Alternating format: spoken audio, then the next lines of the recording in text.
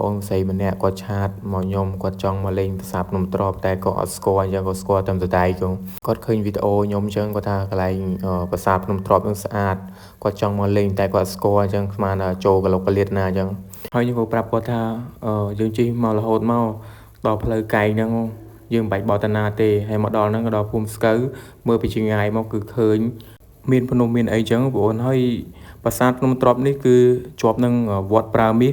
គឺហៅវត្តប្រងអញ្ចឹងបងប្អូនហើយវត្តប្រើមាសឆ្នាំនេះក៏គេធ្វើសង្ក្រាន្តដែរក្នុងវត្តបងប្អូនគេលេងល្បែងប្រជាប្រិយទៅពីបុរាណអញ្ចឹងបងប្អូនហើយធ្វើសង្ក្រាន្តនេះតោះតែចូលឆ្នាំបងប្អូនមកគេធ្វើអញ្ចឹងគាត់រៀបចំហើយអញ្ចឹងហើយបងប្អូនកុំភ្លេច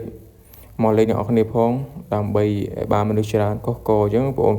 នៅក្នុងវត្តនេះគឺមានដាក់ធុងបាយទេគឺលេងល្បែងប្រជាប្រិយខ្មែរយើងអញ្ចឹងបងប្អូន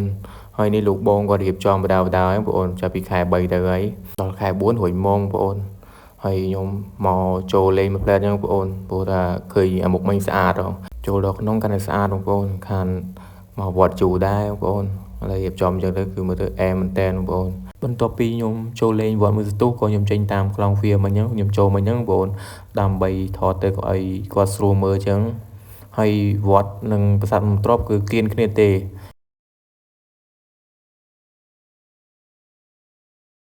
ផ្លូវខ្ញុំកំពង់ជីនេះគឺឡើងទៅស្រុកជលគិរីខេត្តកំពង់ឆ្នាំងអញ្ចឹងបងប្អូននៅជាប់គ្នាទេហើយមកពីខាងនោះគឺកំពង់ឆ្នាំងស្រុកជលគិរីហើយមកពីខាងនោះគឺខាងសដែកខាងអីចឹងទៅបងប្អូនហើយនេះផ្លូវឡើង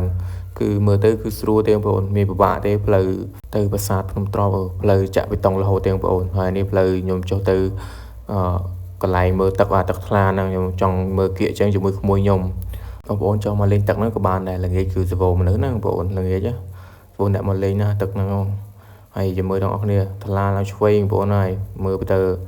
ហើយពណ៌ឡើងស្អាតបងប្អូនរឿងពណ៌រឿងស្លែតិចតិចហ្នឹងបងប្អូនតែបងប្អូនបើមើលផ្ទាល់ដល់នឹងថាថ្លាហើយល្ងាចសវោបងប្អូនក៏មកលេងទឹកហ្នឹងបងប្អូនទឹកហ្នឹងគឺរិញទេទឹកហ្នឹងបងប្អូនហើយមើលពីលើនេះគឺភ្នំប្រាសាទភ្នំទ្របបន្ទាប់ខ្ញុំមើលទឹកហើយក៏ខ្ញុំជិះឡើងលើទៅមើលប្រាសាទនេះទៅបងប្អូនហើយបងប្អូនចង់មកលេងអីមកលេងបានព្រោះ